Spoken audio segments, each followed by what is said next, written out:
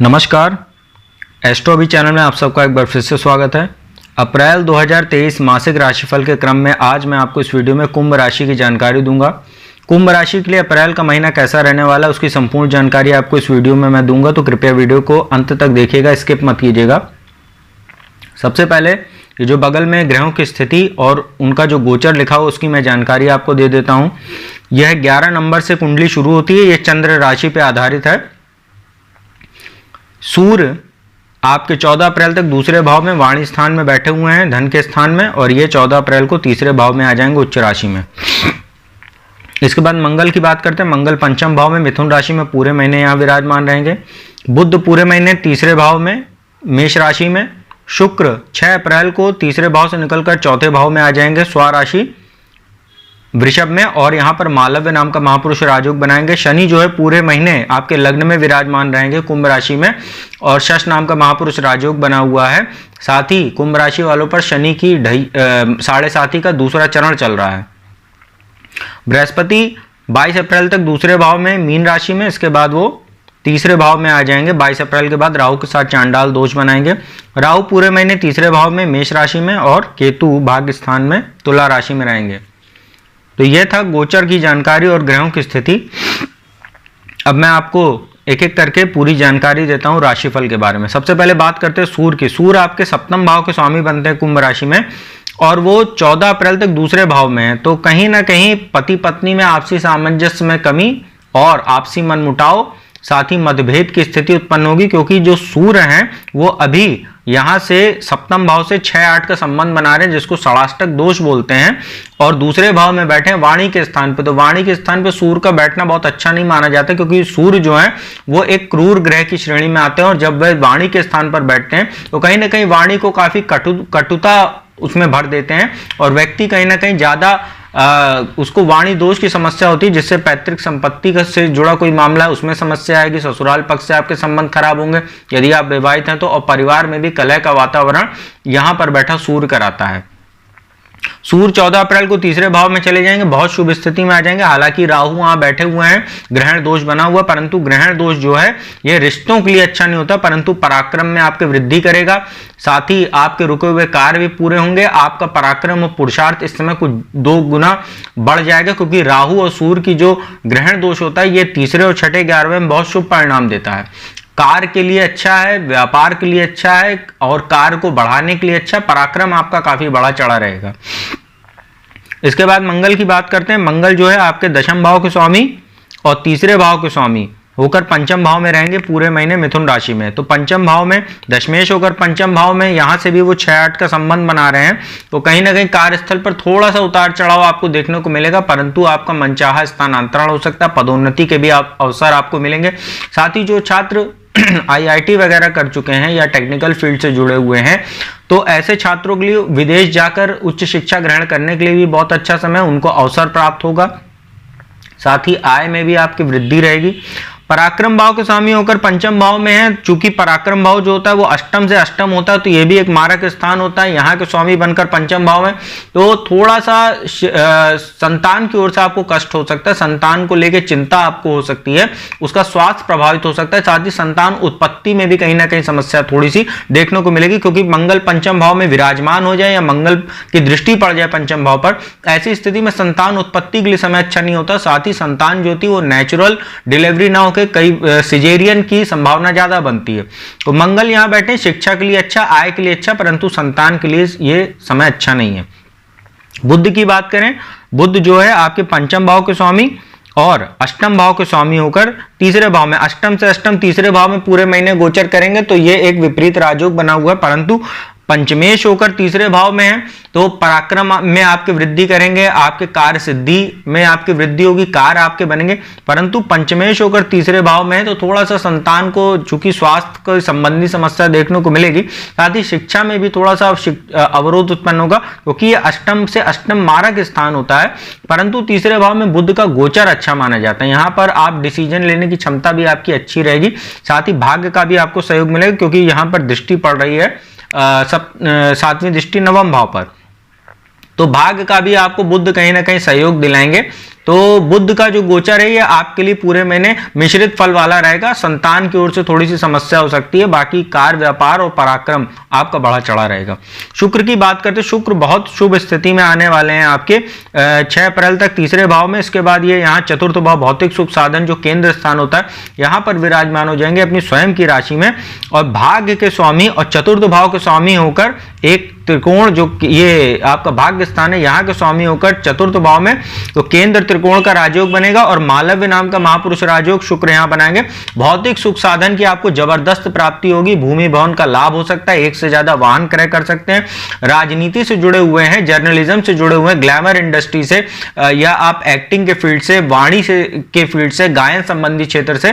साथ ही शुक्र का व्यापार यदि आप करते हैं जैसे fashion and cosmetics, readymade garment, gems and jewellery या hotel and beverages, tours and जो ट्रैवल एंड टूर्स का जो होता है, पर्यटन का जो क्षेत्र होता है, ऐसे क्षेत्रों से जुड़े हुए लोगों के लिए बहुत शुभ समय, क्योंकि शुक्र की सप्तम दृष्टि दशम स्थान पे, कर्म स्थान पे। अपने कार्य को बढ़ाने के लिए, कार्य में नई नई योजनाओं को शामिल करने के लिए समय शुक्र बहुत आपके लिए शुभ समय रहेगा। साथ ही भाग्य का आपको जबरदस्त सहयोग मिलने वाला, भाग्य से आपको समाज में आपका मान सम्मान बढ़ेगा, ग्लैमर फील्ड में आपका नाम होगा, आप काफी जो है हाईलाइट हो जाएंगे समाज में, और जनता में भी आपकी प्रसिद्धि बढ़ेगी क्योंकि चतुर्थ भाव जनता का होता है। तो शुक्र बहुत शुभ स्थिति में आ जाएंगे 6 अप्रैल के बाद से, पूरे महीने यहाँ रहेंगे। 2 मई तक इनका गोचर आपके लिए यहाँ पर मालव महापुरुष राजयोग बनाए रहेगा।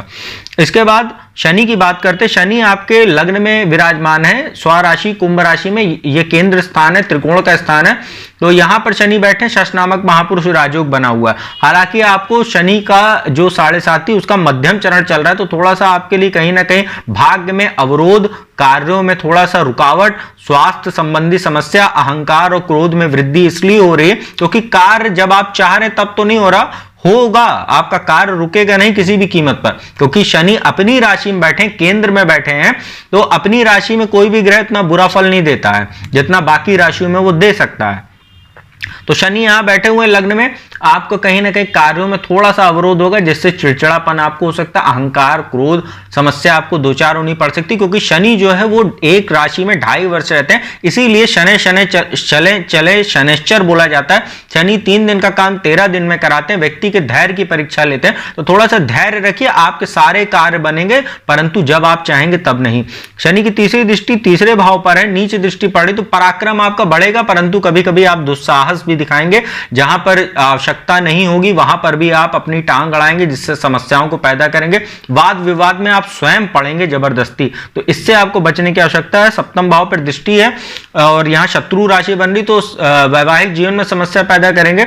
साथ ही जो लोग अविवाहित हैं उनके रिश्तों में भी कहीं ना कहीं समस्या देखने को मिलेगी, जहां रिश्ते तय हो रहे हैं उसमें कहीं ना कहीं कुछ समस्या ऐसी पैदा होगी जिससे रिश्ते टूट सकते हैं, ये भी आपको ध्यान रखने की आवश्यकता है। इसलिए जब भी कोई रिश्ता तय करने जाएं तो जब तक वो तय ना हो जाए, दूसरों से आप ज्यादा लोगों से उसको फैलाएं नहीं, अन्यथा कोई षड्यंत्र कर सकता है आपके खिलाफ।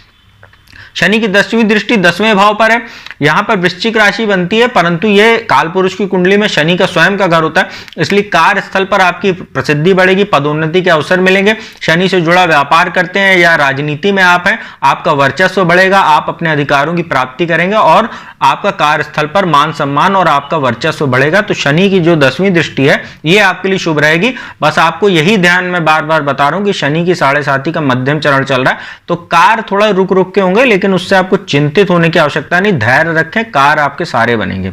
बृहस्पति की बात करते हैं। बृहस्पति 22 अप्रैल तक दूसरे भाव में, तो दूसरे भाव में बृहस्पति वाणी को काफी प्रभावशाली बना देते हैं, और यहां पर जो बृहस्पति है इनकी पंचम दृष्टि अभी उच्च दृष्टि 22 अप्रैल तक 6ठे भाव पर, 7वीं दृष्टि 8म भाव पर और 9वीं दृष्टि जो है वो 10म भाव पर पड़ रही है। तो रोग वगैरह जो आपको समस्या दे रहे हैं उसमें अभी बृहस्पति राहत दे रहे हैं, साथ ही दुर्घटना वगैरह के योग जो बन रहे हैं उसमें भी बृहस्पति आपको बचा रहे हैं। साथ ही कार्यस्थल पर कोई षड्यंत्र वगैरह आपके खिलाफ करना चाह रहे हैं उसमें भी बृहस्पति आपको अभी राहत देने की कोशिश कर रहे हैं। साथ ही संचित धन में भी वृद्धि कर रहे हैं बृहस्पति बैठ के।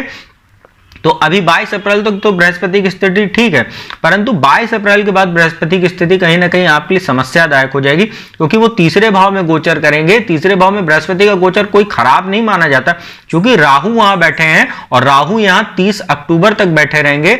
और बृहस्पति राहु की जो युति यहां बनेगी 30 अक्टूबर तक, वो चांडाल दोष की बनेगी। और उसके बाद जो बृहस्पति के साथ जो राहु की संयुक्त दृष्टियां पड़ेंगी, चूंकि राहु को भी बृहस्पति के समान पंचम, सप्तम और नवम दृष्टि प्राप्त है, तो बृहस्पति राहु की जो चांडाल दोष की युति होगी उसके बाद जो दृष्टियां पड़ेंगी तो सप्तम भाव पर, भाग्य स्थान पर और एकादश भाव पर पड़ेगी। तो सप्तम भाव पर पड़ेगी तो कहीं ना कहीं वैवाहिक जीवन आपका कहीं ना कहीं और ज्यादा प्रभावित होगा, क्योंकि शनि की भी दृष्टि रहेगी। तो समस्या आपके लिए काफी बढ़ जाएगी वैवाहिक जीवन में। कोई ऐसा वाद विवाद भी कभी कभी मनमुटाव पति पत्नी में बढ़ेगा जो तलाक तक पहुंच सकता है, तो आपको इससे बचने की आवश्यकता है। साथ ही भाग्य स्थान में केतु भी बैठे हुए और यहां पर दृष्टि पड़ेगी तो भाग्य में कमी, भाग्य में रुकावट, कार्यों में अवरोध उत्पन्न होगा, धर्म कर्म में आपकी रुचि कम होगी, साथ ही भोग विलास में मन आपका ज्यादा लगेगा जिससे आपके खर्च में वृद्धि होगी। साथ ही यहाँ पर एकादश भाव पर दृष्टि पड़ेगी तो माफ कीजिएगा, बड़े भाई से संबंध थोड़े से खराब हो सकते हैं। साथ ही आप कोई विदेशों से व्यापार करते हैं तो उसमें भी कहीं ना कहीं कुछ हानि की संभावना बनेगी। साथ ही आय में थोड़ी सी आपके उतार चढ़ाव आपको देखने को मिलेगा और मान सम्मान भी आपका प्रभावित होगा। आप अपने द्वारा कोई ऐसा कार्य मत कीजिए जिससे आपकी प्रतिष्ठा धूमिल हो। राहु की बात करते हैं, राहु तीसरे भाव में, छठे भाव में, एकादश भाव में काफी शुभ परिणाम देते हैं, तो तीसरे भाव में बैठे हुए हैं।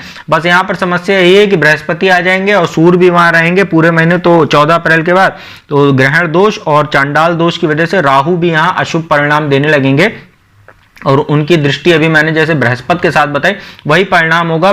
सप्तम भाव, भाग्य स्थान और एकादश भाव पर दृष्टि पड़ेगी तो वैवाहिक जीवन, भाग्य में अवरोध और वैवाहिक जीवन प्रभावित करेंगे, भाग्य में अवरोध उत्पन्न करेंगे और आय में आपके जो उतार चढ़ाव देंगे। केतु पूरे महीने भाग्य स्थान में तुला राशि में बैठे, भाग्य स्थान में तुला राशि में केतु बैठे। केतु थोड़ा सा अच्छे माने जाते हैं राहु की अपेक्षा।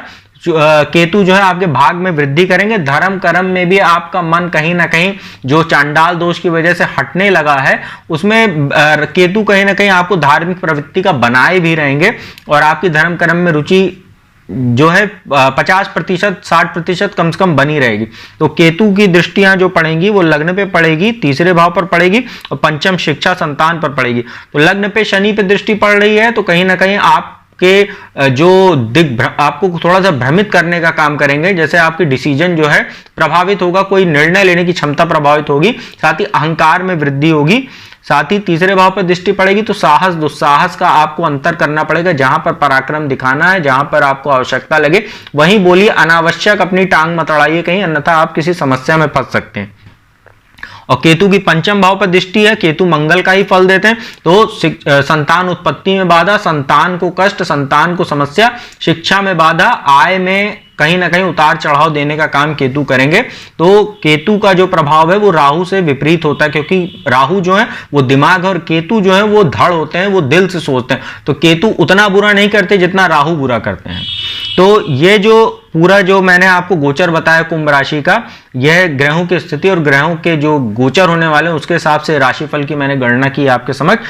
और आपको उपाय बता देता हूं, आप पूरे महीने शनि का उपाय कीजिए। ओम शं शनिश्चराय नमः, या शनि का जो मंत्र है ओम प्राम प्रीम प्रौम सह शनिश्चराय नमः, इस मंत्र का आप जाप कीजिए 108 बार हर शनिवार को रुद्राक्ष की माला से। साथ ही अगर आपके घर के आसपास कहीं पीपल का वृक्ष है तो हर शनिवार को वहां जाकर संध्या काल में सरसों के तेल का दीपक जलाएं। और अगर पीपल का पेड़ उपलब्ध नहीं है तो आप अपने घर में ही किसी गमले में शमी का पौधा लगाकर उसके समक्ष भी आप सरसों के तेल का दीपक जला सकते हैं। साथ ही हनुमान जी की जितनी पूजा उपासना कर सके तो आपके लिए बहुत अच्छा है। तो ये था अप्रैल महीने के लिए कुंभ राशि का मासिक राशिफल। यदि वीडियो आपको अच्छी लगी हो तो चैनल को सब्सक्राइब कर दीजिएगा, बगल में बेल आइकन का बटन है उसको प्रेस कर दीजिएगा जिससे मेरे आने वाली वीडियोस की नोटिफिकेशंस आपको मिल सके। साथ ही वीडियो को लाइक और शेयर कर दीजिएगा। साथ ही जो भी जातक मुझसे कुंडली विश्लेषण कराना चाहते हैं तो आप फीस जमा कराने के उपरांत, नंबर मेरा डिस्क्रिप्शन में उपलब्ध रहता है, फीस जमा करके अपॉइंटमेंट ले सकते हैं और घर बैठे कुंडली विश्लेषण का लाभ मेरे द्वारा प्राप्त कर सकते हैं। तो अब मैं अपनी वाणी को यहीं विराम देता हूं। ओम नमः शिवाय।